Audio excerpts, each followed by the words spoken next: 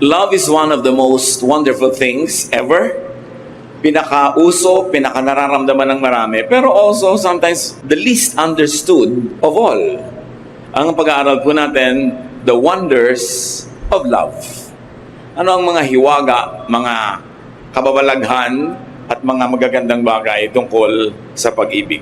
Salamat po Diyos dahil kayo ay Diyos ng pag-ibig. At tulungan mo kami, Panginoon, na maunawa ito ng higit pa para lalo naming maramdaman, maipadama, ma-enjoy, at lalo namin kayo, Panginoon, na madakila because you are God of love. Patawarin niyo po kami sa aming mga kasalanan, palakasin niyo po ang aming katawan, ang aming isip, ang aming loob, at nawa, Panginoon, dumagdag pa sa aming dati nang alam ang ituturo niyo sa amin ngayon. Enable us to have a deeper, wider, higher understanding of love because you are love. In the name of Jesus, your Son, our Lord, we pray with thanksgiving. Romans 3:23 says, all of us have sinned and fallen short of God's glory. And Romans 3:10 says, as it is written, there is no one righteous, not even one. And Ezekiel 18:20, the one who sins is the one who will die. So everybody is a sinner, but sinners die. Sin, death, separates people from God. Yung death could mean physical, it could mean spiritual, but both forms of death mean separation. Kaya tayo nalulungkot pag may namamatay because there is separation. But eternal and spiritual death means separation from God. Now, what is the relevance of God's love to death and to separation? The wonders of God's love, number one, is God's love saves. Love offers salvation. Love makes salvation possible. John 3:16, for God so loved the world that He gave His one and only Son, that whoever believes in Him shall not perish, but have eternal life. So sa verse na ito, nakita natin ang solusyon ng Diyos sa separation. God is holy, therefore those who sin, who are not holy, cannot have fellowship with God. There can be no unity, no oneness, no companionship with God when people sin. But God loves. And because God loves people to be with Him. But how can sinners be with God who is holy? Because sin separates the holy from the sinner. At ito ang solusyon, that God gave His only Son, that whoever will believe in Him will become holy. Sin will be forgiven. The holiness of Jesus will be given to the believer. Therefore, the believer becomes holy, and therefore there is no more need to die. God's love offers salvation from sin, and God's love makes salvation from sin available in and through Jesus. That's why Jesus is Lord of love. Magandang mapag-connect-connecta natin sa ating isip at manawaan ng lubos at malalim ang kahulugan ng lahat ng ito. Na ang tao ay mahal ng Diyos, pero hindi pwedeng makipagniig, makipag-isa ang Diyos sa makasalanan.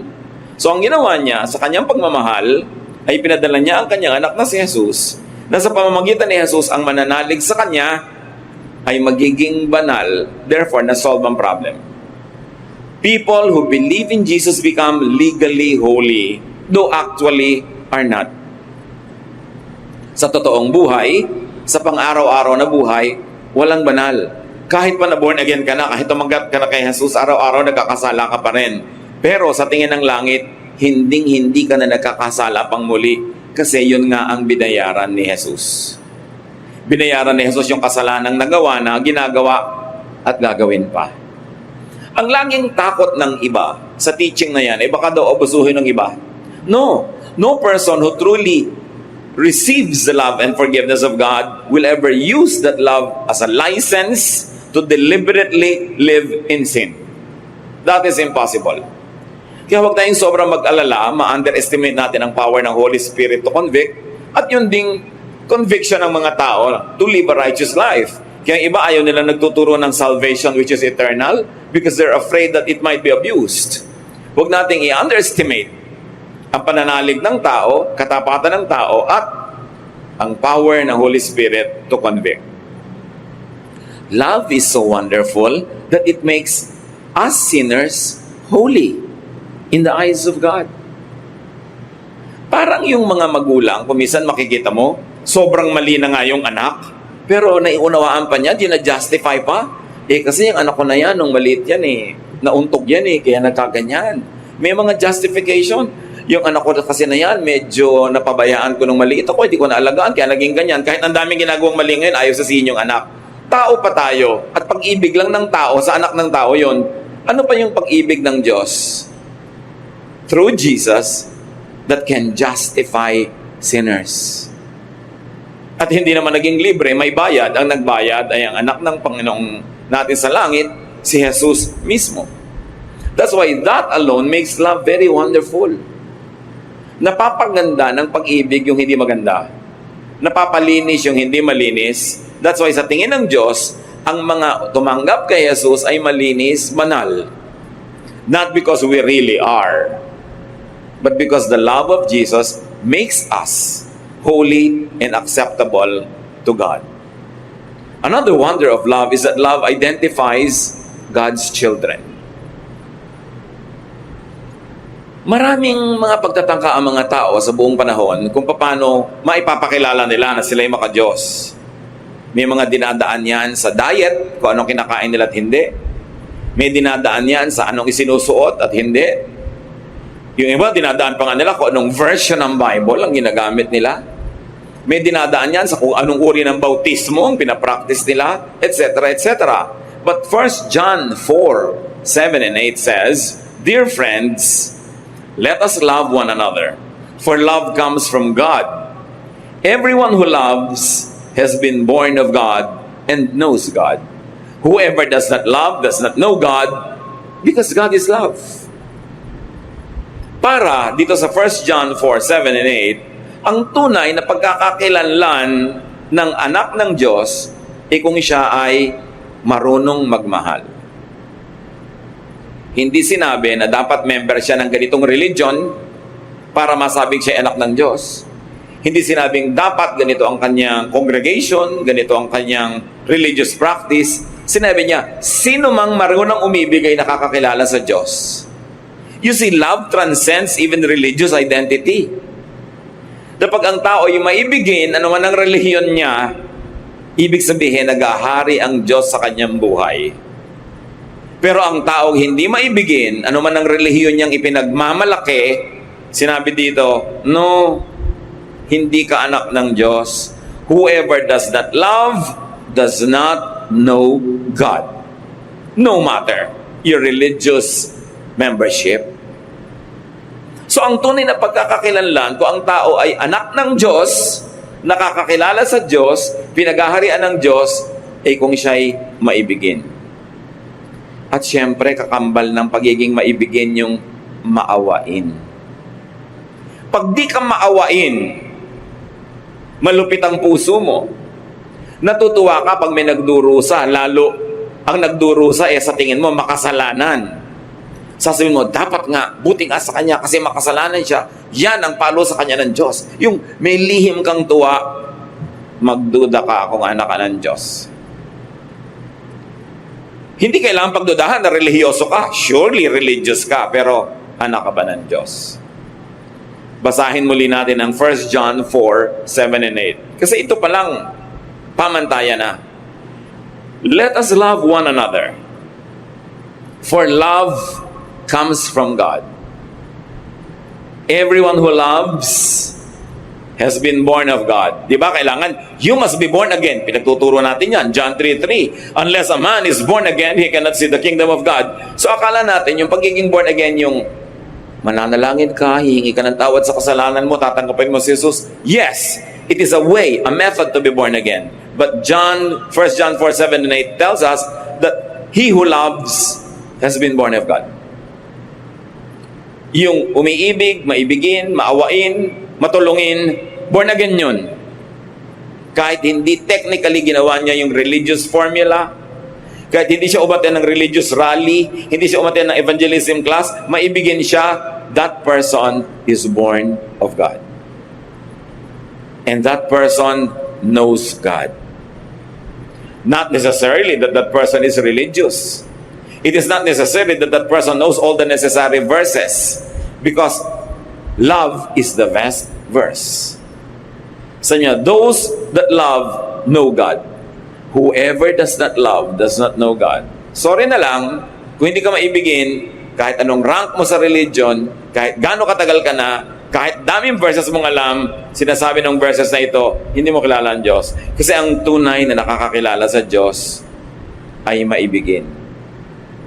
At ang tunay na maibigin ay kilala ng Diyos. Yun ang mas importante. Nakilala ka ng Diyos na anak ka niya. Sabi niya, why? Because God is love. Hindi sinabing God is religion, God is diet, God is baptism. Sabi, God is love. Love also identifies Jesus' true followers. John 13:35, sabi ni Jesus, if you love each other, everyone will know that you are my disciples. Dapat pag may sabing, alam mo, nagmamahalan niya mga yan. Ay, born again nga. Ay, they really know God. Maka-Diyos nga. Follower nga ni Jesus. Dahil yun ang ID ng mga follower ni Jesus. Hindi haba ng buhok, hindi haba ng laylayan ng damit. Ang ID ng mga follower ni Jesus, pag-ibig. Not religious membership, not looks, not even activities. In other words, love confirms salvation. Merong mga nagtatanong, paano ko ba mapapatunayan na na-born again na nga ako? Na na-save na nga ako? Maibigin ka na ba? Yung bang dating hindi mo maibig ay natututunan mo na unti-unti, kahit unti-unti, pero dapat may asenso na namamahal. Ang pagmamahal ay hindi laging emotion. When you are committed to somebody's well-being, hindi kailangan maging emotionally involved ka sa kanya. Ibig sabihin, mahal mo siya. Dahil gusto mo yung makakabuti para sa kanya. Love shows the extent of salvation. Love shows how much one is forgiven. Love shows how much one experiences the love of God. Mas nakadama ng pag-ibig ng Diyos, mas nakakapagpadama ng pag-ibig sa kapwa. Lack of love does not mean incomplete salvation. Kasi kung minsan may mga, sabi nila, saved na ako, tumanggap na ako kay Jesus, pero kulang na kulang pa rin sa pag-ibig, it could only mean the extent of incompleteness of experiencing God's love. Therefore, it's also the extent of incompleteness to love others. Hindi pa lang niya lubos na hinahayaan ng Espiritu ng Diyos na maghari sa kanyang buhay para siya maging maibigin. Minsan, may mga bagong-bagong nakakakilala sa Panginoon in honeymoon period with the Lord. Very loving, very nice, very good. Pero later on, tumitigas uli ang puso. Nagiging makasarili na naman. That's why we have to renew our commitment to God day by day. Hindi pwedeng week by week, month by month, year by year. Kailangan kada araw. Sinasariwa mo kung sino ka, ano ang relasyon mo sa Diyos. Parang naghahari sa ating buhay ay pag-ibig. Pagmamahal. Kasi ang tao nagmamahal, merong ibang ligaya, merong ibang sigla, merong ibang lakas. At itong pagmamahal natin sa Diyos, na pinakamabuting maipakita sa pamamagitan ng pagmamahal sa kapwa-tao, ito talaga ang nagbibigay sa atin ng iba yung lakas na espiritual. Kaya nga kung minsan, yung mas malinaw na galing sa makasalanang buhay, yung mas malalim ang pinaghugutan na dilim, yun ang nagiging mas maibigin sa Diyos at sa kapwa pag nakakilala na sa Panginoon. Kasi yung mga hindi masyadong obvious na nagkasala, may natitira pang self-righteousness sa kanila eh. Sasabihin na, hindi naman malaki ang naging kasalanan ko. Hindi naman ako talagang katulad ng iba dyan, na ang laki-laki ng kasalanan. Ang nagiging bunga tuloy, may natitirang yabang sa katawan, hindi lubos na nagiging maibigin. Kasi iniisip, wala naman ako masyadong utang sa Diyos o utang sa humanity.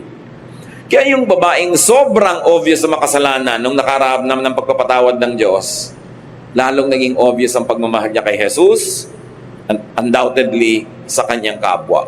Kaya ang sabi ni Jesus sa Luke 7:47, "So I tell you that all her sins are forgiven, and that is why she has shown great love. But anyone who has been forgiven for only a little will show only a little love." Itong babae kasing ito, binasag niya ang napakamahal niyang pabango.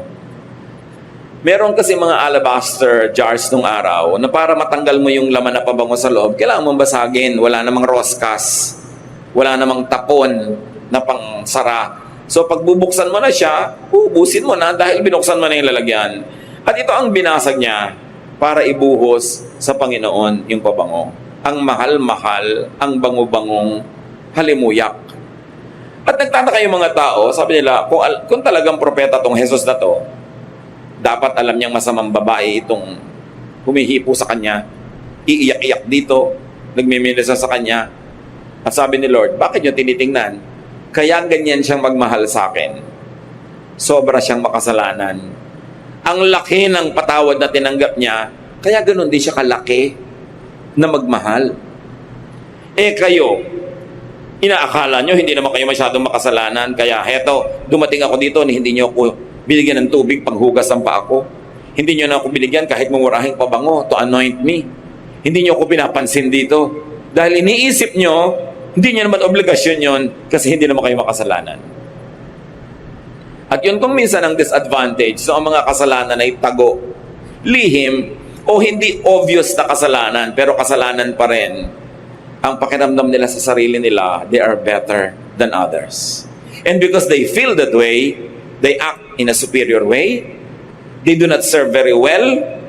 So they don't appreciate God's love as much as those who know that they have been forgiven in a big way. Kaya sabi niya, kung talagang ramdam mo na napatawad ka sa malaking paraan, malaki ka rin umibig. Malaki din ang pag-ibig mo.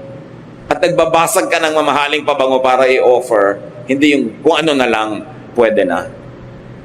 Pagka kasi iniisip ng tao, hindi siya masyadong makasalanan, ang pakiramdam niya, hindi rin niya masyadong kailangan ng pagpapatawad, at hindi rin niya kailangan masyadong mag-make up at magbayad-bayad sa kanyang mga kasalanan.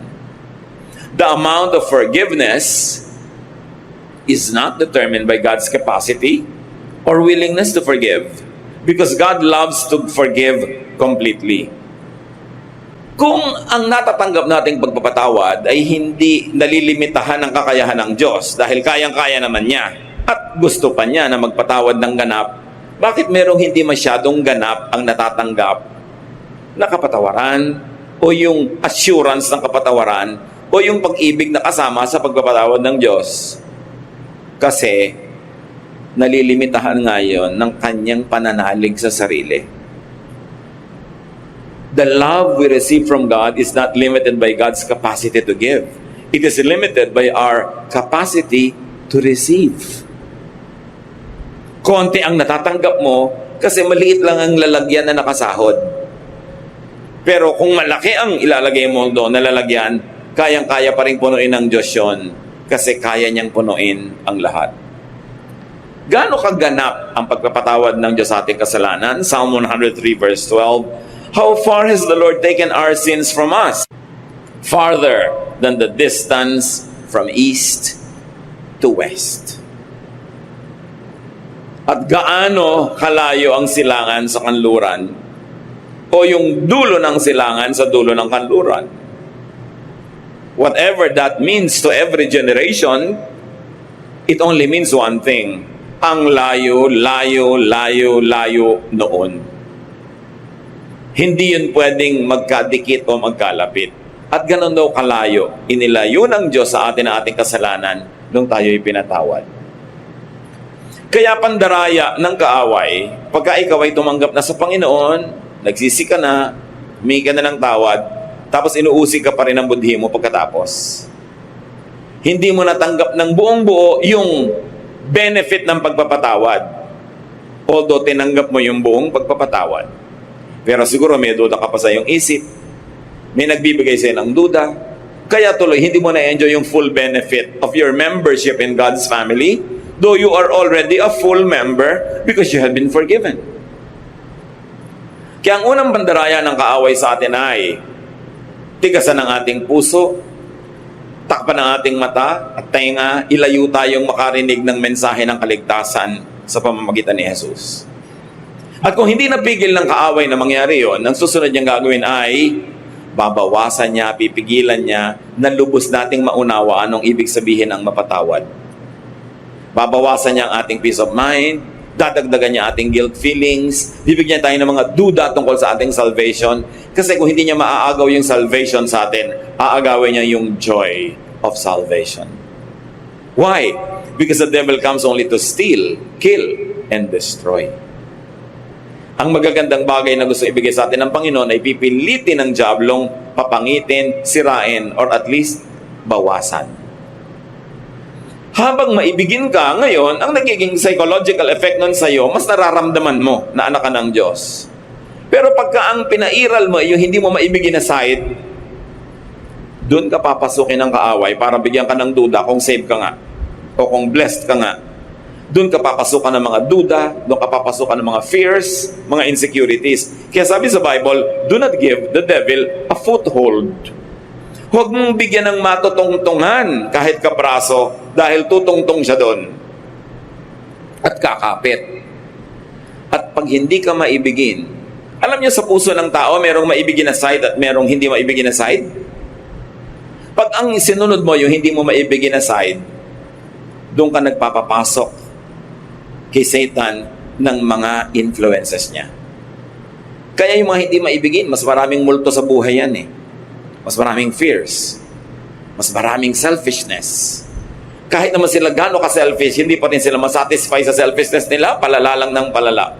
That's why do not give the devil a foothold. And one of the best ways to not give the devil a foothold is to exercise love instead of hate.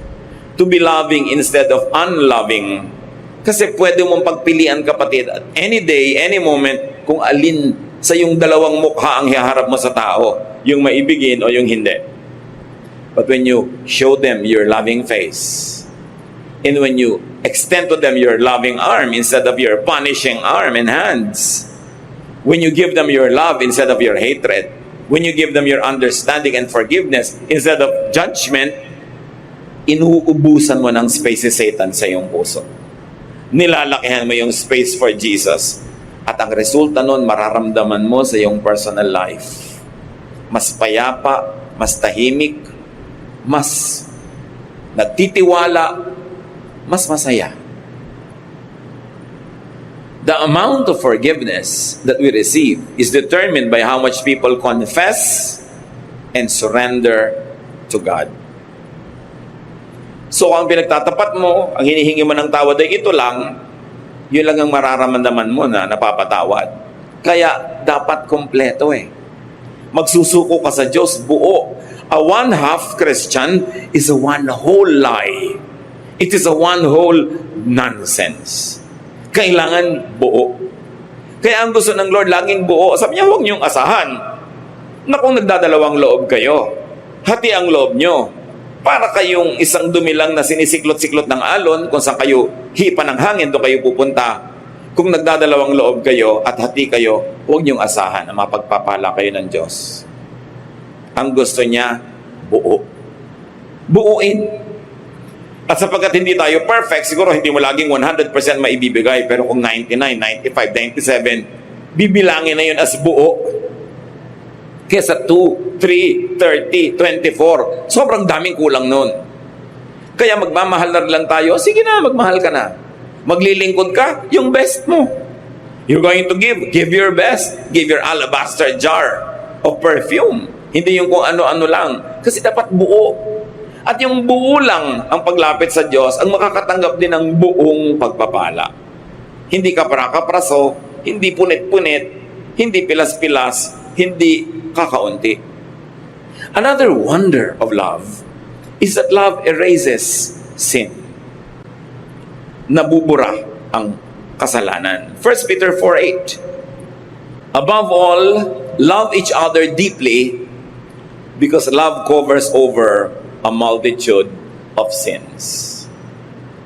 The contemporary English version says, love wipes away many sins.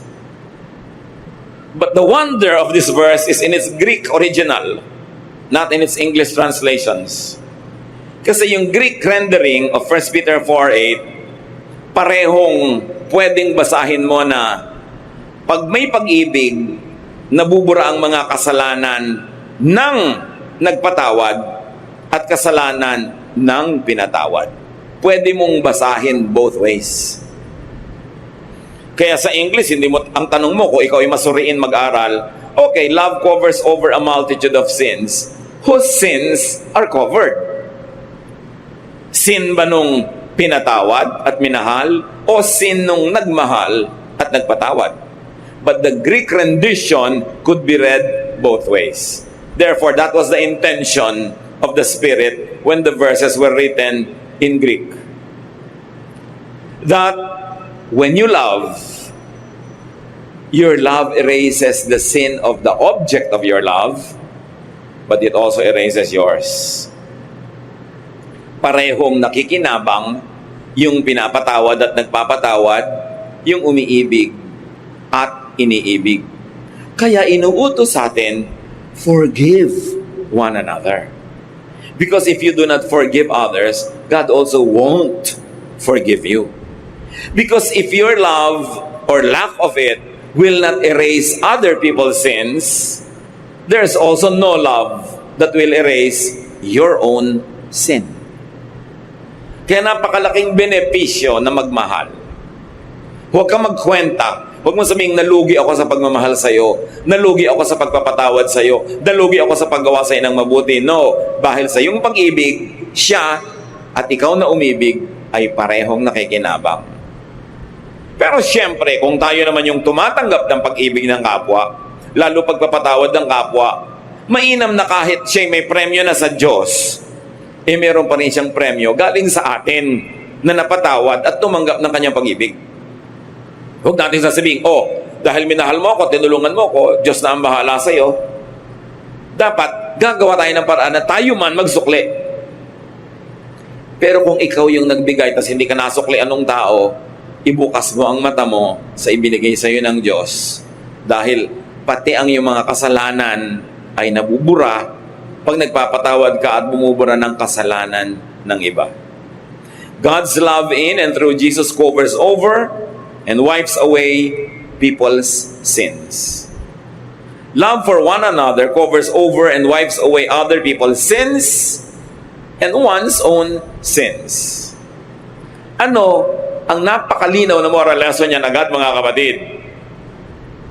If you can't be sinless, love all the more. Kung hindi ka makapamuhay ng walang kasalanan, nagkakaroon ka pa rin ng mga kasalanan, anong ipambubura mo doon? Pag-ibig sa kapwa, pagmamahal. Kaya mas marami kang hindi malampasan pang kasalanan, hindi mapagtagumpayan, mas sikapin mo maging maibigin, patawad sa kapwa. Kasi sa pagbubura mo ng kasalanan nila, dahil minamahal mo sila, pati ang sayo nabubura. Baligtarin niyo, mga kapatid, kung di kayo marunong magpatawad, ano nangyayari sa mga kasalanan nyo? Di rin napapatawad. Pag hindi kayo marunong magbura ng utang ng iba, ang utang nyo rin hindi nabubura. Kaya sa Matthew chapter 6, ang linaw ng sinabi sa Lord's Prayer, forgive us as we forgive those who sin against us. Patawarin mo kami, gaya rin naman ng pagpapatawad namin sa nagkakasala sa amin. Kung nagpapatawad kami ng kalahati lang, Lord, di kalahati lang din ang kasalanan ko ang patawarin nyo. Kung di po ako nagpapatawad, di huwag niyo akong patawarin. Pero Lord, nagpapatawad po ako, kaya patawarin niyo na rin ang mga kasalanan ko. Yang pag-ibig, mas kailangan yan ng mga hindi makapagtagumpay sa mga kasalanan. Kasi kailangan may mambura ng ating mga kasalanan. And it is love for others that will do that. Matthew 22:37-39. Nung tinanong si Jesus kung anong pinakamahalaga sa lahat, sa mga utos, sabi niya, love the Lord your God with all your heart, soul, and mind. This is the first and most important commandment. The second most important commandment is like this one, and it is love others as much as you love yourself. Ang totoo, yung 10 commandments, pwedeng hatiin sa dalawa. Yung mga naunang commandments only means love God. Yung you shall not call upon the name of the Lord your God in vain, yung you shall have no other gods before me, etc., etc. It means love God. At yung mga do not steal, do not commit adultery, do not covet, do not kill, lahat yon love others. Kaya pag mahal mo ang Diyos at mahal mo rin ang iyong kapwa, technically, sinusunod mo yung buong commandment. So huwag kang mapako sa mga detalye ng mga commandments at mga religious laws. Ang mahalaga ito, maibigin ka. At pag maibigin ka, mapansin mo man o hindi, natutupad mo, nasusunod mo ang kautosan. Kasi ang kautosan, nakakalito sa mga detalye. Pero ang ibig sabihin lang, maging maibigin ka. Tulad ng, bakit ang mga babae sa Corinth ay inuutosang magbelo? Kasi ang lalalim ng mga damit nila, yung mga dibdib, yung mga likod, nakakaakit sa mga lalaki sa worship, na nakatingin na sa batok nila, tinititigan na yung mga buhok nilang umaakit sa batok nila patungo sa likod ng tenga nila, nawala na sa pag-worship ang mata ng lalaki. Kaya maibigin ka, magbelo ka para di ka titigan at nang walang tukso. So, maibigin. Pag sinabing huwag kang kumain ito dahil may na-offend, kasi na-offend sila, huwag na lang sila ma-offend. O sige, hindi ko na lang kakainin, maibigin ka nun. Yung sinabing, you shall not covet what is not yours, pag-ibig sa kapwa, kanya yun bakit mo pag-iinteresan? You shall not steal. You shall not commit adultery. Because when you commit adultery, una, hindi mo minamahal ang asawa mo. Pangalawa, hindi mo minamahal yung kapartner mo in crime kasi nagkakasala rin siya. At kung siya may asawa rin, hindi mo minamahal yung asawa niya, inaagawan mo. Kung may mga anak siya, inaagawan mo ng tatay itong mga anak na ito, napunta na sa yung tatay nila. At kung may mga anak ka na malalayo ang loob o ma-offend o mapapabayaan dahil sa iyong pangangalo niya, hindi mo rin minamahal ang mga anak mo. So lahat ng mga utos actually tungkol sa pag-ibig. Ang problema, yung mga iba sobrang naging legalista at relihiyoso. Masunod lang yung mga detalye ng utos kahit hindi na sila maging maibigin. Nabaligtad. Pagka sinabing batuhin niyo ang mga babaeng nangangalo niya hanggang mamatay, anong pag-ibig doon? Because it is meant to be a deterrent. Para matakot ang mga tao, mga niya. Huwag silang mang-agaw ng asawa ng may asawa, maging tapat sila sa kanilang mga asawa. Pero hindi rin naman nag-work, wala ring takot yung mga tao, nababato lang, namamatay lang, nagkakasala lang tuloy yung mga bumabato dahil nagiging malupit sila, pero tuloy pa rin naman ang pangangalo niya. Kaya ang sinabi ni Lord, okay, anong pinakamahalagang commandment? Huwag nyo nang isipin yung mga detalye kasi nalilito kayo Sometimes sa pagsunod nyo sa detail, doon kayo nagiging unloving. Kaya ibinalik ni Lord, ito ang commandment, love the Lord your God with all your heart and with all your soul, and love your neighbor as yourself. Huwag kayong magpalito sa interpretation yan. Pag hindi loving, hindi na yan ang law of God. Pag sa pagsunod sa religious regulation, hindi na kayo nagiging loving, nabe-break nyo na yung spirit of the law. Ang sinusunod nyo na lang, the letter of the law. Kaya sabi niya, para walang lituhan, ang lagi mo na lang itanong, is it loving? Pastor, pwede po ba akong umattend ng lamay ng lola ko? Kasi may padasal po sila. Hindi ba? Iba naman yung religion natin. Hindi tayo nagdadasal para sa patay. Loving ba na hindi ka umattend? Apo ka? Hahanapin ka ng mga magulang mo, ng mga tiya mo, ng mga pinsan mo. Loving ba na hindi ka umattend? Hindi po. Di umattend ka. Alam ka namang natanggal yung salvation mo dahil umattend ka niyan. Yung pong pinsan ko, na lumaki kami, kababata ko pa nung araw, tapos ganyan ikakasal. Kaya lang po, iba yung religion nila, kinukuha kong abay. Aabay po ba ako? Iba na ang aking church ngayon. Loving ba na huwag kang sumipot sa kasal ng pinsan mo? Hindi po, kasi magdaramdam siya, kasi gusto niya, nandun ako. Di umattend ka. Natanggal ba yung kaligtasan mo sa pagiging loving mo, umattend ka doon? Yung iba kasi, sa pagiging technical ng religiosity nila, sa pagsunod nila sa mga letra ng mga bawal at hindi bawal, ang nagiging ending, hindi sila loving. Kaya nilinaw ni Jesus, the most important commandment is to love. And if in the process of loving, you break the letter of the traditions and the laws, then do so, but be loving. Because it is the highest command of all. It is the most important command of all. The best, the highest, and the purest religion is love.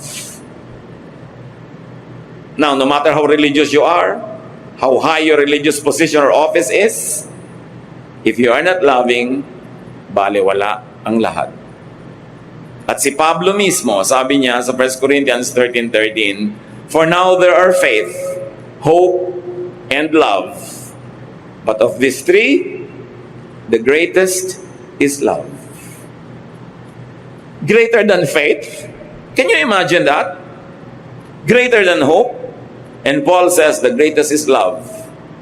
Unahin nyo ang umibig. Huwag niyong unahing maging relihiyoso. Kung ang pagiging relihiyoso, ang ending, di kayo maibigin. So learn and practice to love more. Mga kapatid, kahit gaano kahaba ng eternal life nyo, isa lang ang buhay nyo dito sa mundo. Isa lang. Minsan lang. Huwag niyong palampasin na hindi kayo nagmahal at hindi kayo minahal dahil hindi kayo kamahal-mahal. Tulungan niyo naman ang mga tao na mamahal kayo. Huwag niyong gawin ang sarili niyo na hateful. Gawin niyo ang sarili niyong attractive to the power of love. Pag-practice na magmahal. Kung pipili kayo at makakapili kayo ng magmahal at hindi magmahal, piliin niyo magmahal because God is love. Maraming pwedeng approaches. Use the loving approach. And also open up to being love. Payagan niyo ang mga taong mahalin kayo. Kung minsan sa sobrang dala sa buhay, ayaw nang maniwala sa pag-ibig. Ayaw magmukhang nauuto, nabobola. So ayaw na lang tumanggap na kahit anong uri ng affection. But remember, allow people to love you. May magiging fake siguro. Huwag nyo na lang masyadong payagan kung di kayo sure. Pero hayaan nyo mag-express sa mga tao ng pag-ibig sa inyo, ng pagmamahal. Alam nyo, may mga tao alukin mo, gusto mong kumain, hindi, ayoko. Yung ayaw agad, refuse agad. Usually, pride lang yun eh. Ayaw magmukhang interesado, o ayaw magmukhang patay gutom, o kaya, basta ayaw magkaroon ng utang na loob. Ayaw magmukhang may need for others, kaya laging nagre-refuse. At yun ang sinasabi ko, open up yourself to love. Masusuri nyo naman kung ang nag-aalok sa inyo ay mahal palang sumingil later. Pwede nyong iwasan yon. Pero masusuri nyo rin yung talagang affection. Marami mga tatay, hindi nila ino-open yung sarili nila sa love and expressions of love ng kanilang sariling asawa o ng mga anak. Laging kala mo mga monumentong bato. Yung ayaw umiyak, ayaw mag-express ng love. Buti nga ngayon may mga tatay nang nagsasabi ng I love you sa anak. One generation ago, mamatay na lang at magkamatayan. Fathers will never say that. Marami pa nga ngayon, husband, hindi masabi sa wife, I love you eh. Yung ang asawa naman, parang halamang tuyot na tuyot, gusto-gustong madilig ng I love you. Love mo ba ako, daddy? Daddy, love mo ba ako? Eh, di ba pinakasalan nga kita? Ay, thank you very much. Salamat naman, tatanawin kong utang na loob na pinakasalan mo ko, pero gano'n ba kahirap sabihin sa akin, I love you. So, open up yourself to loving, to being loved, and to being more loving to others. Kasi lahat nakikinabang. Make sure lang na hindi naman fake. Maraming pagmamahal ng manugang. Maraming biyanan, ayaw tumanggap ng pagmamahal ng manugang. Yung mailap, tanggi ng tanggi. Meron din naman ganong manugang. Bakit? Ang iksi-iksi ng buhay. Tanggapin natin ang lahat ng available na love na walang masamang kapalit. At ibigay din natin ang lahat ng available na love na wala naman masama na bayad kung ibigay natin sa kapwa. Hindi kahinaan na magpakita ng pusong maibigin. In fact, it is strength to show that you are loving. To say sorry when you feel sorry. Kuminsan kasi may nasasabi tayong masakit, agad-agad alam mo mali ka, right there and then sabihin mo, sorry. I'm really sorry. With every second, every minute, every hour na hindi mo sinasabi yung sorry, mas humihirap sabihin. Lalo kung isang linggo na ang lumipas, isang buwan, nagkakatigasan na. Samantalang, sorry said in the most correct time will actually not permit more damage. Yung agad mag-sorry ka. Kahit alam mong sorry ka, ba't di mo masabi? Bakit mahirap gumawa ng mabuti? Ba't ang dali-daling gumawa ng masama, manakit ng kapwa? Bakit? Doon natin makikita how much of God's love is at work in our hearts. Sundin ninyo ang sinasabi ng budhi. Kung ang sinasabi nito ay magpakumbaba, humingi ng tawad, tanggapin ang pagkakamali. Hindi yan weakness. Yan ay strength. Because only very strong people can say sorry. Weak people will pretend to be hard-hearted o kaya will make up another way but will never say sorry. But it really takes great courage and it takes great character to be able to do that. Open up to being loved and let people love each other. Huwag kayong mainis, mainggit pag may nagmamahalan. Mabuti nga, there are 2 less lonely people in the world. Tapos mga kontrabida ka pa pag may nagmamahalan. Alam nyo ba na may mga biyenan na nabubuisit pag yung anak nila at yung manugang ay lovey-dovey? Bakit? Mabuti nga may nagmamahal sa anak nyo at may minamahal siya. Wala nga sa lugar yung mga magulang na nagsiselos pa. Of course, hindi romantic selos, pero parental selos. Pero wala yun sa lugar. Marami rin mga manugang nagsiselos sa biyanan. Inis na inis sa anak pagka nagpupunta yung anak doon sa nanay niya. Magkaiba naman kayo ng sitwasyon ng biyanan mo, so hindi kayo dapat magselosan. Hindi kayo magkatalo. Magkaiba kayo. You're in another level. Kaya kailangan mag-mature tayo. Payagan din natin ang mga tao magmahalan.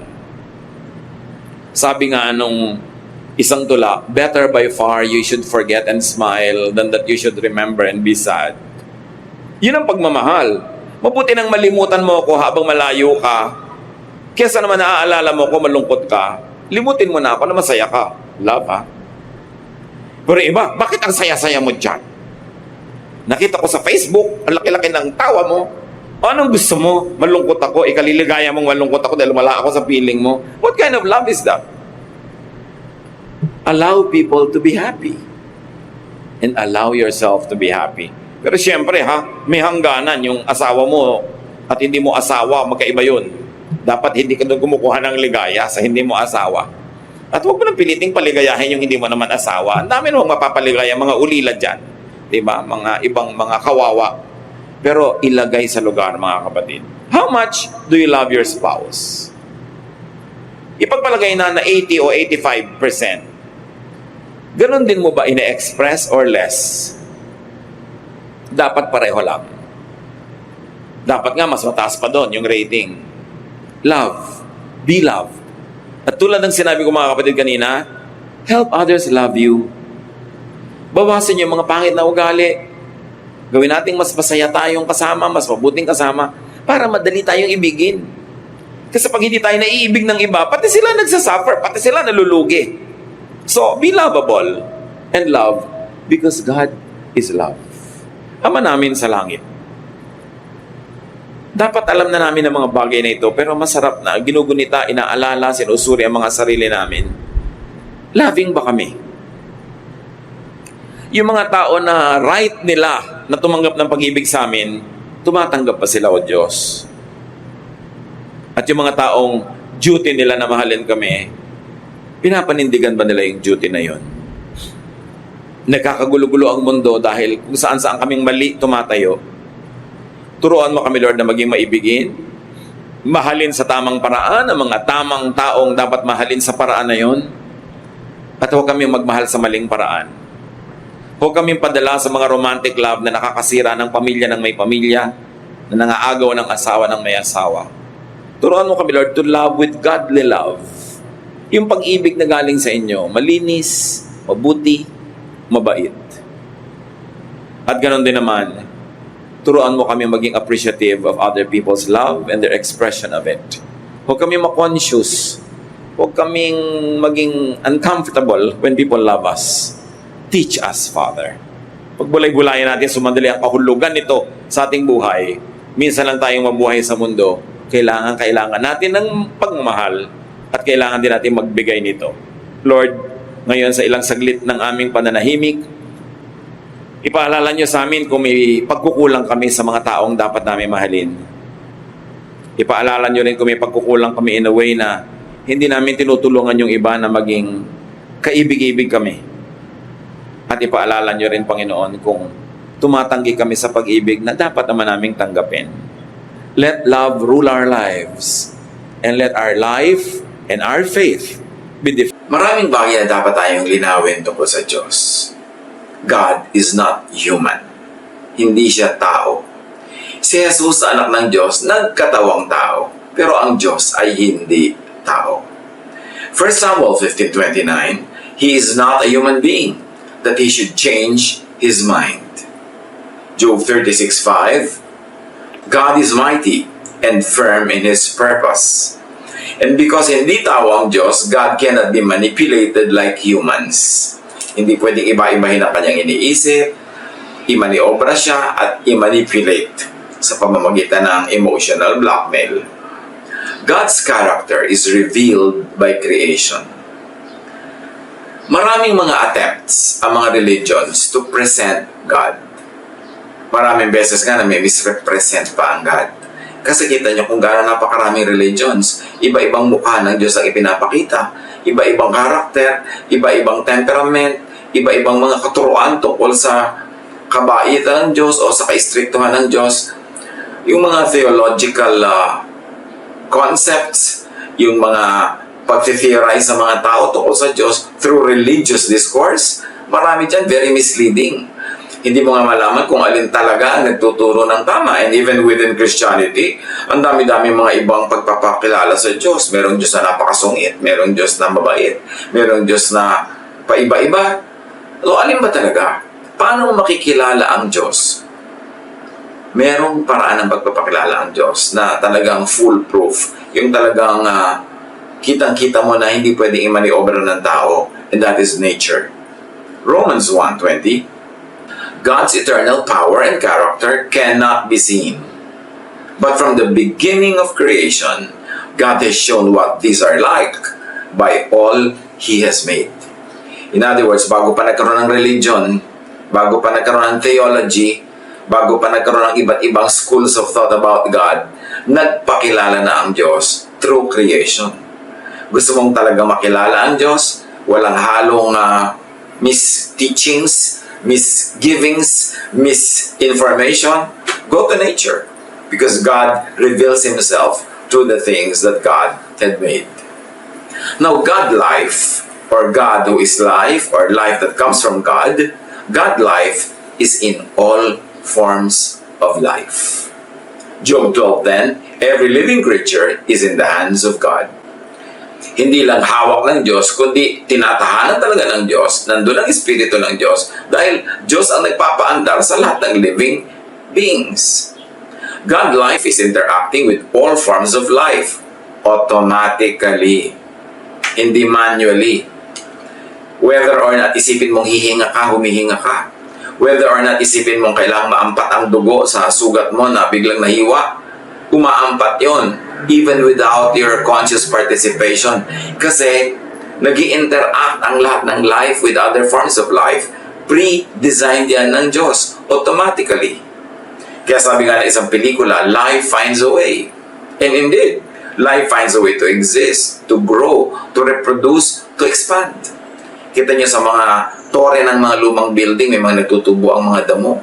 Hayaan mo lang yan, huwag mong pakialaman. Lalaki yan hanggang maging halaman. Gumagawa ng paraan ang buhay. May mga malalaking puno matutumba sa bagyo. Huwag mo lang bunutin, huwag mong tagain, huwag mong putulin. Mamaya, tumutubo na yun kahit nakahiga. Kaya maraming manggang nakadapa, nakahiga, nakatiwarik. Kasi life finds a way. God life is interacting with all forms of life consistently, firmly, creatively, and recreatively. Kaya marami nare-recreate out of creation. Maraming nabubuo na pagka pinaghalo-halo mga iba't ibang formula, nakakagawa ka ng iba na naman mga compounds. Kasi, gano'n ang paraan ng Diyos. Maraming pwedeng kombinasyon ang buhay. Kaya pwede ka mga crossbreeding pati ng halaman eh. Deuteronomy 32:39, I put to death and I bring to life. Tayo lang kasi in our human form, limited ang perspective natin, either dead or alive. Ang tingin natin sa mga tao, sa mga bagay, mga halaman, mga hayop.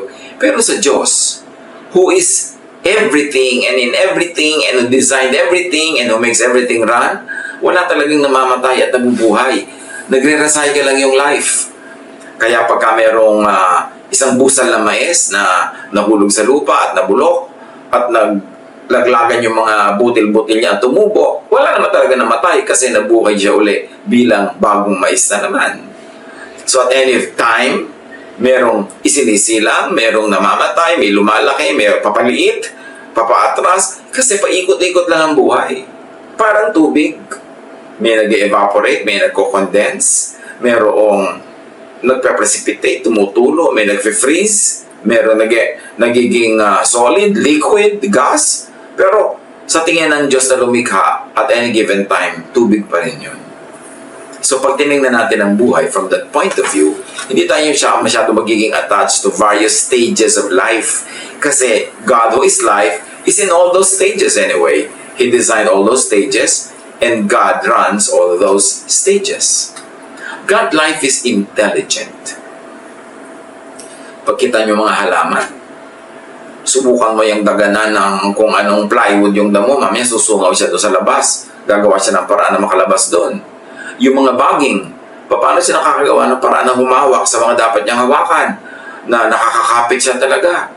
Yung mga ugat na gumagawa ng paraan na sumiksik sa mga pagitan ng mga bato, na pati mga kalsada nga, pag nadaanan ng ugat, natitibag-tibag yung kalsada, gumagawa ng paraan yung halaman, kasi may intelligence ang life. Pati nga yung mga pag-anda ng mga virus, may sarili silang intelligence. Kaya naglalabanan yung mga antibodies ng katawan natin at yung mga invading organisms. May giyarang nagaganap na hindi mo nga alam na nagaganap yun. Yung bigla ka nilagnat, yung pala yung katawan mo gumawa ng paraan na itaas ang temperature para tupukin niya yung mga pumapasok na mga mikrobyo na hindi kayang mabuhay sa mainit na temperature. Hindi mo iniisip gawin yun. Automatic ginagawa yun ng iyong blood systems.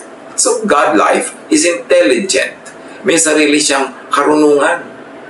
Wisdom has been with God even before creation. Sabi sa Proverbs 8:22-31, from the beginning, I was with the Lord. Ito yung wisdom na nagsasalita. I was there before He began to create the earth. At the very first, the Lord gave life to me. So, kasabay ng Diyos, wisdom. In other words, God is wise at lahat ng kinreate niya, created in wisdom, with wisdom, for wisdom, kasi nga yung wisdom nandun na bago pa nagkaroon ng creation. Wisdom attended creation. So the only way to deal with creation, with nature, is to be wise and to respect the wisdom of every living thing. God's wisdom is in all created things. Nasa chemicals, nasa kuryente, nasa laws of physics, nasa biology, nasa botany, nasa agronomy, nasa agriculture, nandiyan na lahat. Kasi Diyos ang lumikha and God is wise. Proverbs 3:19-20, by His wisdom and knowledge, the Lord created heaven and earth. Hindi random, may design. Psalm 104:19-20, you created the moon to tell us the seasons.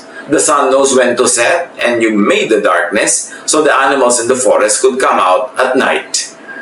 It's a poetic way of talking about rules of biology. Pero pati yung mga dilim ng gabi, haba ng dilim ng gabi, haba ng liwanag ng araw, may kinalaman sa all living things, even sa animals and plants. Kaya yung mga plants na inaartehan ng mga tao ang design, nilalagyan ng mga ilaw sa ilalim, nililito natin yung halaman. Kasi sana yung halaman na ang light nandun sa ibabaw, sa taas niya para nakalatag doon yung mga dahon niya for photosynthesis. Tapos iilawan mo sa ilalim, hindi na-stress yung halaman dahil bakit may liwanag sa ilalim? Anong gagawin niya? Pagkagabi, tataob yung dahon para humarap sa liwanag. At sa umaga, titihaya uli siya para humarap naman sa araw. Kaya yung mga ganyan mga design ng tao, hindi nare-respect yung wisdom ng plants. Yung wisdom ng Diyos sa pag-create ng plants. Kaya dapat mas nagbe-blend yung mga ginagawa natin sa natural law, sa law of God, na may wisdom, run by and in wisdom. Now, intelligence is seen and shown in creation's design, function, and laws of nature, like laws of physics, laws of chemistry, laws of electricity. Lahat yan may wisdom. Kaya yung mga engineer, alam nila kung paano magde-design ng mga tulay na makakapagbuhat ng ganito kalaking load. Kasi may design na yun eh. Kaya mga aeroplano napapalipad at this speed, with that kind of wind, with that kind of velocity, at ganitong kabigat na dalang mga cargo na tutimbang nila kung kayang buhatin niya ng aeroplano or not. Kasi lahat ng mga computations, lahat ng formula, nandiyan na sa nature, embedded na. Yung marurunong lang na tao, nadidiscover nila yung nandun na dati, pero hindi tao ang naglalagay nun. Kaya lahat ng mga inventions are based on understanding the laws of nature. Genesis 2:2-3. God finished the work He was doing, so on the seventh day He rested from His work. God blessed the seventh day and made it a holy day. He made it special because on that day He rested from all the work He did while creating the world. Anong ibig sabihin nito sa buhay natin ngayon mga kapatid? Tapos na ang paggawa ng Creator. Huwag kang magdasal dyan na igawa ka niya ng something. Kasi tapos na ang paggawa ng Diyos. Mag-aral ka, alamin mo ang laws of nature, alamin mo kung paano ka makakagawa ng something, paano ka makakagawa ng C by adding A to B. Kasi nandun na lahat yung formula. Pero tapos na ang paggawa. Creation is self-recreating and recycling. Minsan lang ginawa ang tubig, nagre-recycle na siya forever. Creation is self-reproducing. Minsan lang kinreate ang isang uri ng hayop at sila na ang bahala kung paano sila magpaparami. Kaya nga ang utos, magparami kayo. Creation is self-sustaining and governing. Kaya dapat hayaan natin yung forest na mag-govern sa sarili niya, makarecover siya pag may dumaang bagyo, pag nagkaroon ng forest fire. Huwag natin pakialaman, huwag natin kalbuhin, ubusin lahat ng mga resources kasi nakikialam tayo sa self-governance ng nature. Isaiah 55:10. The rain and the snow come down from heaven and do not return to it without watering the earth and making it bud and flourish, so that it yields seed for the sower and bread for the eater.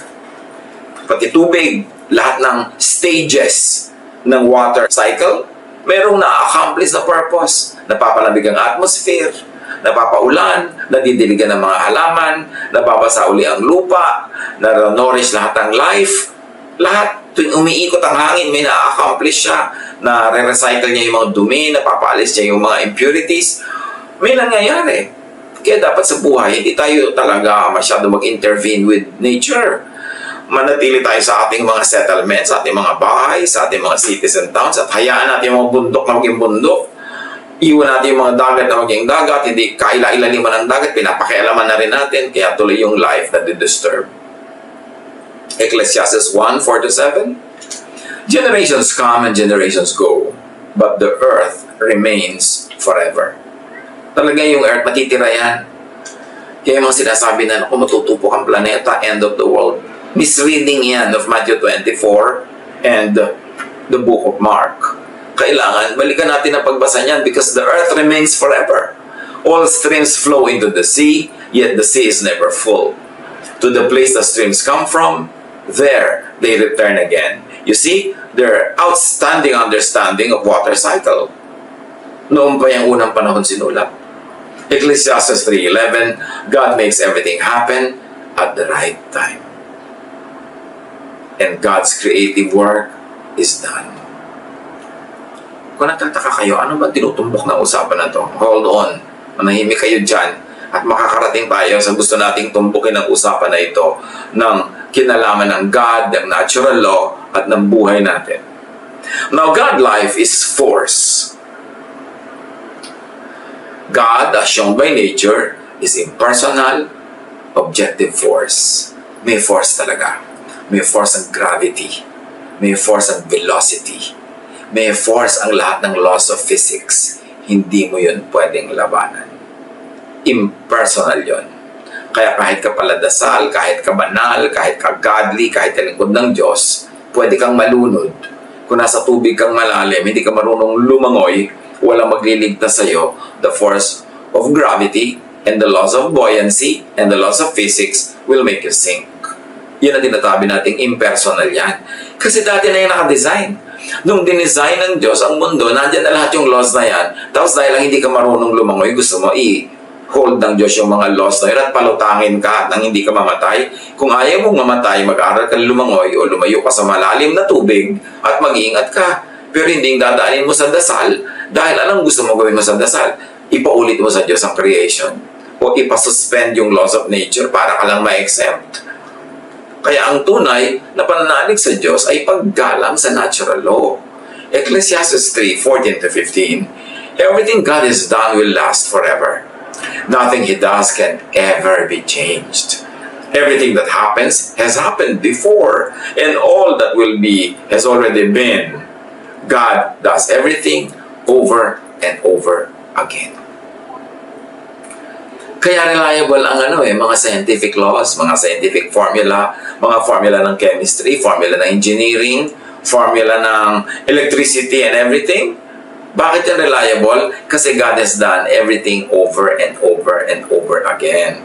Yung E equals MC square, hindi yun maiiba. Yung lahat ng mga formula ng mga arithmetic, na mathematics, mga algorithms, hindi yun maiiba kasi God does everything over and over and over again. Ang dapat nating gawin para tayo makinabang, para tayo magkaroon ng bunga, at para tayo mapahinga at sumaya, to know all those laws and abide by those laws. Para ma-harness natin yung wind. Kita mo, pag alam mo yung wind power, may mga windmills kahit nung araw pa. Yung mga sinauna nating ninuno, nakakapaglakbay across vast oceans dahil sa mga layag. Dahil na-harness nila yung power ng wind. Alam nila kung paano pakinabangan yung power ng wind. Alam nila kung paano pakinabangan yung direction ng mga waves at different times of the year. Nababasa nila yung mga formation ng mga bituin sa langit, kaya nag-guide sila kahit sila ay namamangka sa dilim ng gabi kasi natutunan nilang malaman kung paano umaandar ang nature at sila hindi lumalaban, sumasakay lang sa nature. God is force, always implementing the intelligent design of life. God is automatically policing, correcting, balancing everything. Kaya pag imbalance ang iyong blood, ang chemistry niyan, bigla ka nahihilo, natutumba ka, nagugutom ka, nakakaramdam ka ng kung ano-ano hanggang gumawa ka ng paraan, magpagamot ka, kumain ka ng tama para makorek yung imbalance. Kasi talagang yung design na yun, i-implement yun. At pag hindi mo ginala, lumaban ka doon, ang ending nun baka mamatay ang yung physical body. At bumalik ka uli, maging kung ano-ano ka ng mga vitamins, maging zinc ka, maging iron, maging potassium uli yung kinain mo, bumalik sa lupa, makain ng mga halaman, at may taong kakain uli ng mga bunga. So paikot-ikot lang yan. Because God does everything over and over again. Ecclesiastes 3:1-8. Everything on earth has its own time and its own season. There is a time for birth and death. Kung tayo mga talagang nananiwala sa Diyos, umasandal at umaasa sa Diyos, yes, normal lang naman na malungkot tayo pag kami namamatay, pero alam naman natin dapat na mamamatay ang lahat kasi isinilang ang lahat. May oras na mamatay, may isinilang na. May oras na para ikaw ay bumalik na sa iyong pinanggalingan. Ang mahalaga lang, habang narito ka sa form na ito, sa body na ito, magawa mo yung pinaka-dapat mong gawin, yung mga gusto mong gawin, yung mabuti mong gawin, mamunga ka, mag-enjoy ka sa buhay, makapaglingkod ka sa kapwa, matuwa ang Diyos sa'yo, and then pag tinawag ka ng Diyos, graduation na, march, and meet your Maker. Kasali yun sa buhay. God is automatically, objectively rewarding and punishing creatures that violate the intelligent design of life. Halimbawa, may intelligent design na dapat kang kumain ng tama, mag-exercise, dapat kang mag-relax. Pagka may oras ka mag-relax, hindi mo ini-stress ang iyong sarili, anong reward mo? Nagiging healthy ka, humahaba ang iyong buhay. Pero, inuubos mo ang iyong kalusugan sa bisyo, nagpupuyat ka, hindi ka kumakain ng tama, hindi ka nagre-relax, hindi ka nagre-rest, lagi kang galit, o tumataas ang blood pressure mo, na-heart attack ka, na-stroke ka dyan, kung ano nangyayari sa'yo. Because God rewards those who respect the laws of nature, and God punishes those who don't. Now, God doesn't have to make a particular case for you. Hindi kailangan mo ba ng Diyos mula sa langit para lang i-reward ka o i-punish ka. Lahat yan pre-programmed na. Nando na, bahala ka na lang kung anong gagawin mo at yun ang magiging bunga nun sa iyong buhay. Of course, that's an oversimplification because we're also affected by what other people around us do. But just the same, pwede tayong umiwas, pwede tayong mag-ingat, o pwede tayong maging careless. Pero pag naging careless tayo, God has left to decide na tayo ibigyan ng parusa, aandar yung natural law. Halimbawa, lagi mong pinupuno ng sigarilyo at nicotine yung iyong lungs. Kulang ka sa exercise, kulang ka sa proper food, kulang ka pa sa rest, magkakasakit ka. Hindi kailangan assignan ng Diyos na, bibigyan kita ng sakit. No, nakatakda na yon. Mangyayari yon. If P, then Q. If you did A, susunod yung B. So kung ayaw mo ng B, huwag ka mag-A. Alamin mo how nature works. Because that's how God works. Because God is the author of natural law. Now, God is energy. God is energy, the energy that empowers, enables creation to exist and to stay as it is. And Colossians 1:15-17 mentions Jesus, the Son of God, in that breath. The Son is the image of the invisible God, the firstborn of all creation. Para yung wisdom, bago pa creation, nandun na siya.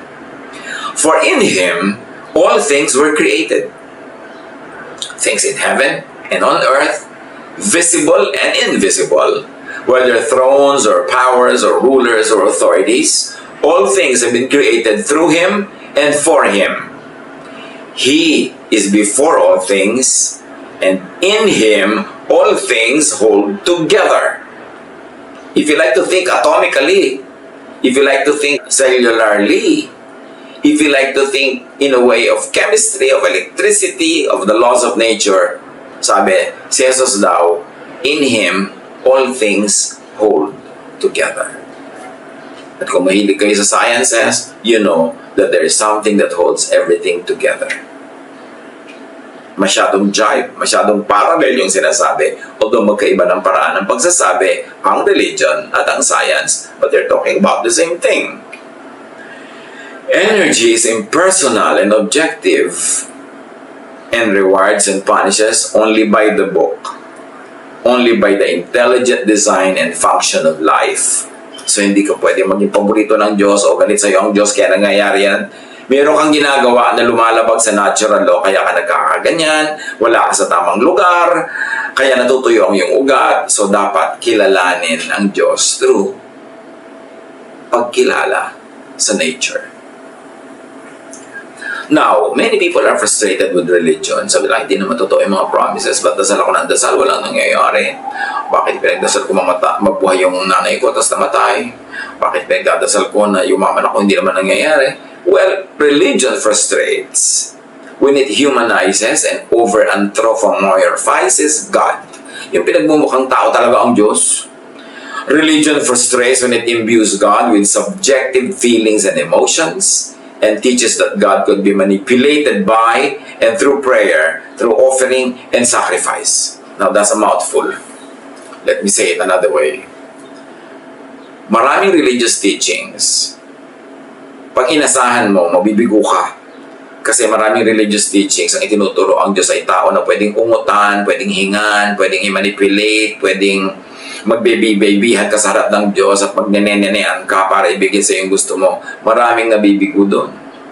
Kasi, ang ginawa nga ng Diyos, automatic na ang creation. So, huwag ka nang dumiretso sa Kanya, makibagay ka sa creation, makibagay ka sa natural law, para ka makinabang at para hindi ka maparusahan o hindi ka masaktan. Job 9:16-19. Yet even then, if He lets me speak, I can't believe He would listen to me. Sabi ni Job. Pointless. I will listen to God, but I will not make Him listen to me because He already given me everything I should hear. And that is given through natural law. So, yun na lang sundin ko. Huwag na ako makipagtalo sa Diyos, sumunod na lang ako. Because I cannot make God listen to me, but I should listen to God. Sabi ni Job. Should I try force? Sabi niya. Try force on God? Should I take Him to court? Could anyone make Him go? Pwede ko ba i-demanda ang Diyos? Pwede ba ako mga tuwiran? Pwede ko ba siyang usigin? No! So ang gagawin ko, susunod na lang ako para may magandang mangyari. Habakkuk 1:2.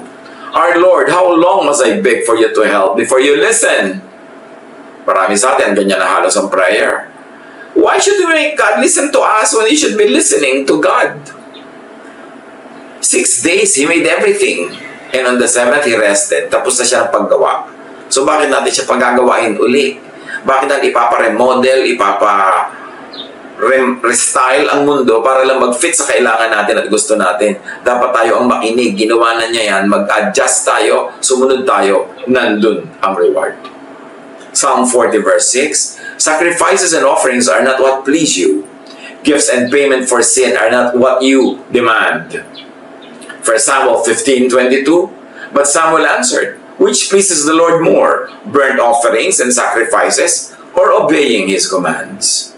It is better to obey the Lord than to offer sacrifices to Him. It is better to listen to Him than to offer fat from rams. So, itong Psalm 40 verse 6 at 1 Samuel 15, isa lang ang sinasabi. Gusto mong matuwa sa iyo ang Diyos, huwag mong daanin sa kauungot, huwag mong dadaanin sa mga offering, huwag mong daanin sa mga suhol-suhol at pagdadasal-dasal dyan. Ang gawin mo, sumunod ka sa Kanya. Obedience is better than sacrifices or offerings. And obedience to God is not only obedience to religious laws. Kasi maraming religious laws, invento lang yan ng mga priests, invento ng mga religious leaders, invento ng mga congregations. So, paano ka nakakatiyak na pag sumunod ka dyan, mapipilis ka ang Diyos? But, when you obey the laws of nature, dahil tiyakan na Diyos ang may gawa nun, tiyak mo na malalagay ka sa tama. And that obedience is what I like to see here. Obedience to the laws of nature. So, gusto mo maging malusog ka, sundin mo yung laws of nature. Huwag mong daanin sa dasal. Kasi kung pinapabayaan mo ang katawan mo, hindi ka nag-iingat, tapos dadaanin mo sa dasal, mabibigo ka. Kasi anong gagawin mo? Ipapa-accept mo ang sarili mo from the product of not obeying natural law, of not obeying the law of God written in nature. Kaya yung iba na frustrate sa religion, nagiging atheist patuloy. Kasi sa mga mali-maling pangako ng religion about God. Pinagkokontra-kontra nila yung religious teaching at yung science. Samantalang yung religious teaching nga, marami ang tao, invento lang yan eh. Pero yung laws of nature, laws of science, din may invento ng tao, nandun yan. Ang tao na di-discover lang niya how it works, na i-apply lang niya, kaya nagkakaroon ng applied sciences. Napapakinabangan niya, nakaka-invento siya ng mga bagay out of what he understands or she understands about natural law. Yan kuminsan ang lagi ko na lamang na kuminsan ay dinaramdam. Yung ang mga tao na bibigo, nagtatampo sa Diyos, lumalayo sa Diyos, kasi naman mali ang pangako sa kanila ng religion. O magdasal ka ng 15 Huwebes at susundin ka ng Diyos. Sino may sabi ganun yun? Kahit dasal ka ng dasal, kung yung buhay mo naman hindi sumusunod sa natural law, yung blessing na gusto mo hindi pa rin darating. Yung ang tamad-tamad mo, sinabi na that what you plant, you harvest. Tapos wala ka pinaplant. Tapos dasal ka ng dasal na mag-harvest ka. Mangingisay ka kada dasal pero wala ka ma-harvest. Then magagalit ka sa Diyos, magtatampo ka. Kasi nga, wrong yung teaching ng religion. Isaiah 45:9, woe to those who quarrel with their maker, those who are nothing but potsherds among the potsherds on the ground. Does the clay say to the potter, what are you making? Does your work say, the potter has no hands? So bakit ka naman makikipagtalo? Yun ang creator. So, sumunod ka na lang. Mag-adjust ka at doon ka sasaya. Pagka sinusunod mo ang kagustuhan ng maker, hindi dadaanin mo sa reklamo, dadaanin mo sa dasal. Religion frustrates when it teaches that God could be asked to do humans' biddings. Deuteronomy 10:17, for the Lord your God is God of gods and Lord of lords, the great God, mighty and awesome, who shows no partiality and accepts no bribes. Tapos, yung ate mo sasali sa beauty contest, dadaanin mo sa kadadasal, ka-offering para manalo siya. Pati ang Diyos, gagawin mong judge sa beauty contest. Yung may 2 basketball team, maglalabanan, pareho nagpe-pray yung mga supporters nila na manalo yung team nila. Sa palagay nyo talaga, madadaan ang Diyos at dasal na may kakampihan siyang isang team dahil sobrang ipinagdasal ng kabilang team? Isinasali natin ang Diyos sa ating mga human squabbles, human contests, human endeavors. masyado nating pinapababa yung kanyang kalagayan. Sa palagay nyo talaga, pag may dalawang nagbo-boxing, may pipiliin doon ng Diyos na manalo. Siyempre nanalo yung nanalo kasi nakakondisyon ang katawan niya, kasi tama ang timing niya, kasi tama yung stroke niya, naka-earn siya ng mga points, at kinasihan siya ng mga judges. All of these things nagkakalakip-lakip. Pero really, may dalawang magbo-boxing dyan, parehong nagpe-pray yung nanay nila, parehong nagpe-pray ang asawa nila, parehong nagpe-pray ang kanilang mga kaibigan. Sino kakampihan doon ng Diyos? Religion frustrates when it teaches that God could be recruited to side with certain persons or groups. Kahit mga political groups, pare-pareho naglalabanan, kami ang kakampi ng Diyos, evil yung kabila. Really? Sasali ang Diyos sa mga political circus ng sangkatauhan? Meron talaga siyang kakatigan dyan na partido? Religion frustrates when it teaches that God could be enlisted to serve the personal quests of humans. Yung mga Diyos ko, ibigay mo po sa akin ng lalaking yun para siya ang maging asawa ko. Ay yung tatlong babae pala kayo nagpe-pray para sa kanya. So, sino papakinggan ng Diyos? Again, natural law will prevail. Sino ba sa inyo ang mas kakakit-akit sa kanya? Ano ba ang kakakit-akit sa kanya? Physical, mental, spiritual, intellectual, ano ba? So, this will come into play. Hindi mo dadaanin sa pagmamanipulate at pag-ungot-ungot sa Diyos. Isaiah 40, 13 to 14. Sino ang makapagsasabi ng dapat gawin ni Yahweh? May makakapagturo ba o makakapagpayo sa kanya? Sino ang kanyang pwedeng sanggunian para maliwanagan? Sino ang nagturo sa kanya ng landas ng katarungan? Sinong nagkaloob sa kanya ng kaalaman at ng paraan upang makaunawa? Ang sagot, wala. So huwag tayong makialam sa ganyang mga bagay. Religion frustrates when it teaches that God could be convinced to live the impersonal objective laws of life, of nature, to cater to humans' needs, wants, and whims. 2 Samuel 12, 16 to 18. David prayed to God for the baby. David fasted and went into his house and stayed there, lying on the ground all night. The elders of David's family came to him and tried to pull him up from the ground, but he refused to get up or to eat food with them. Do you think that would be enough? On the seventh day, the baby died. So hindi nadaan sa dasal. Hindi nadaan sa fasting. May ibang layunin ng Diyos. Kung minsan, nabuhay yung bata, gumaling yung may sakit, akala natin nadaan sa dasal. No, yun lang talaga ang kalooban ng Diyos. Kasi, kung nadadaan sa dasal ang pagpapagaling, kung Diyos ang magpapagaling niyan dahil ipinagdasal mo, paano yung mga walang nagdadasal para sa kanila, so hindi na sila gagaling? Anong ibig sabihin nun? Napakahalagang unawain natin na yung kalooban ng Diyos ay magaganap at magaganap kahit ka magdasal ng magdasal against it o kahit di ka magdasal. Kasi may sariling kalooban ng Diyos. Pero para malagay ka in the center of that will, mag-flow ka sa will ng God, sundin mo yung mga alam mong utos niya through natural law. And then, ang laki-laki ng chances na yung gusto mo mangyayari. Pero hindi pa rin yung guarantee. Kasi sabi nga ng Ecclesiastes, time and chance happens to all. Minsan, walang dahilan na naiintindihan ng tao, Diyos lang nakakaintindi, pero sabi nga ng iba, ang tawag doon, and even the Bible calls it, may mga dinarat na ng malas. At kung nangyari yun, huwag mo personalin. Get on with life. Kasi ganun talaga ang buhay. The battle is not always to the strong. The race is not always to the swift and fast. Food does not come to the table of the wise all the time. Time and chance happens to all. But that is the exception. Generally speaking, if P, then Q. If you did this, ito yung result. Kung ito yung formula na ginawa mo, ito yung magiging result. Prayer works only when asked according to God's will. So don't pray against God's will.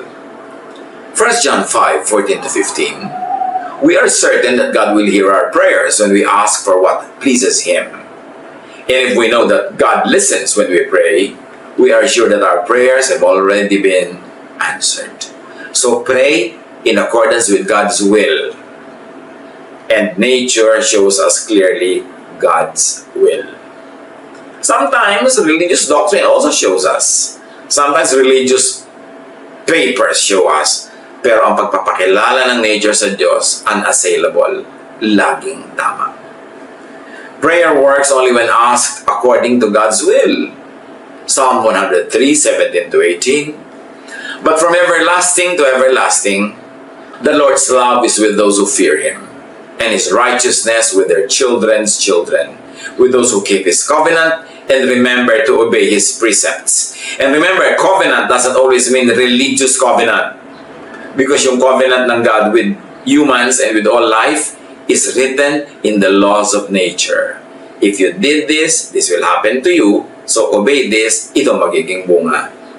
At sunduin natin yung precepts. And precepts of God is not always religious doctrine. These are all natural laws also. Prayer works only when asked according to God's will, which is natural law. God's will is natural law. Or life's objective, intelligent design, force, and energy. Yan ang pagpapakilala ng Diyos all throughout time. Psalm 104 verse 5, You build foundations for the earth, and it will never be shaken. Hindi natin maiiba yung nilikha ng Diyos. Psalm 92:12-15, The righteous will flourish like a palm tree, proclaiming, The Lord is upright. He is my rock, and there is no wickedness in Him. And here, righteous means submissive to God's creative natural law. Therefore, blessed. Yung righteousness doesn't always have to be defined in religious terms. Because when you are submissive to God's creative and natural law, you are submissive to God. Therefore, you are right and you are righteous. Ang laki kasi ng nagiging disadvantage pag pinaghihiwala yung religious at scientific principles. Para magkalaban, no. Yung mga conservative religious people na ayaw nilang mag-change sa kanilang mind, ayaw nilang mag-adapt ng kanilang mga doctrines, ayaw nilang mag-adjust sa mga scientific discoveries and realities, yan ang galit sa science. Kasi gusto nilang manatili sa kanilang conservative thinking. Alam nila maguguho yun, matutunaw yun pagka hinayaan nila na yung truth and evidences of science prevail. Kaya galit sila sa science. But God created all of the scientific laws. So yung tunay na maka-Diyos dapat hindi galit sa science. In fact, science could be God's last prophet. Ano bang ginagawa ng mga prophet? They explain to us God's will and God's mind.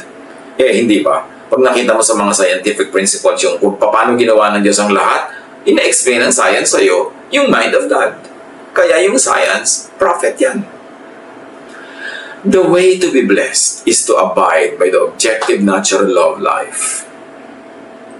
Matthew 15:9, It is useless for you to worship me when you teach rules made up by humans. Halimbawa, apply natin sa buhay natin ngayon. Ang dami mga tao hyper-faith. Yung, our God is stronger than the disease. Our God is bigger than the problem. Kasi yung mga tao, akala nila dahil naniniwala sila sa Diyos, therefore, pwede na nilang itapon yung scientific laws.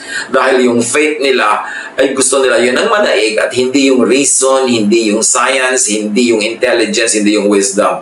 Nagkakasakit sila. Tapos magtataka sila, bakit kami nagkasakit? Pinabayaan kami ng Diyos. Magagalit kayo at magtatampo sa Diyos. Kung gusto mo talagang huwag magkasakit, sundin mo yung scientific law kasi God ang gumawa ng law na yun. So true godliness will actually respect all what the medical people who are informed and who are correct will tell us to do. The way to be blessed is to be planted by streams of water. Psalm 1:2-3, But whose delight is in the law of the Lord, and who meditates on His law day and night, that person is like a tree planted by streams of water. So hindi lang yan sa religious way. You want to bear fruit, you want to have fresh leaves all throughout the year, you should be planted by streams of water. Which means, when gusto mo malusog ka, gusto mo hindi ka nagkakasakit, kumain ka ng tama. Vitamins ka naturally or by pills. Or mag-relax ka, magpahinga ka para mataas ang immune system mo against invaders. In other words, yun ay ibig sabihin ng being planted by streams of water. You position yourself correctly.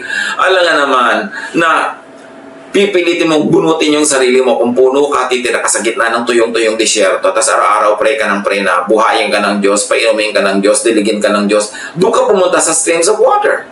Mas madaling gawin yun. So gusto mong maprotect sa mga sakit, daanin mo sa pagsunod sa scientific laws. At magdasal ka rin according to those laws. Pero yung kukontrahin mo yung natural law with prayer, tapos magkakasakit ka, nagtatambo ka sa Diyos, mali kasi. Importante yan because the one planted by streams of water yields its fruit in the season. His leaf does not wither, and whatever they do prospers. Life thrives when it follows natural law. Hindi kalaban ng natural and scientific law ang Diyos. So huwag natin paglabanin. Huwag tayong lumaban sa natural law tapos dadaanin natin sa dasal, sa fasting, sa bribing, sa bribery. It will not work. We should not ask God to exempt us from the natural consequences of what we do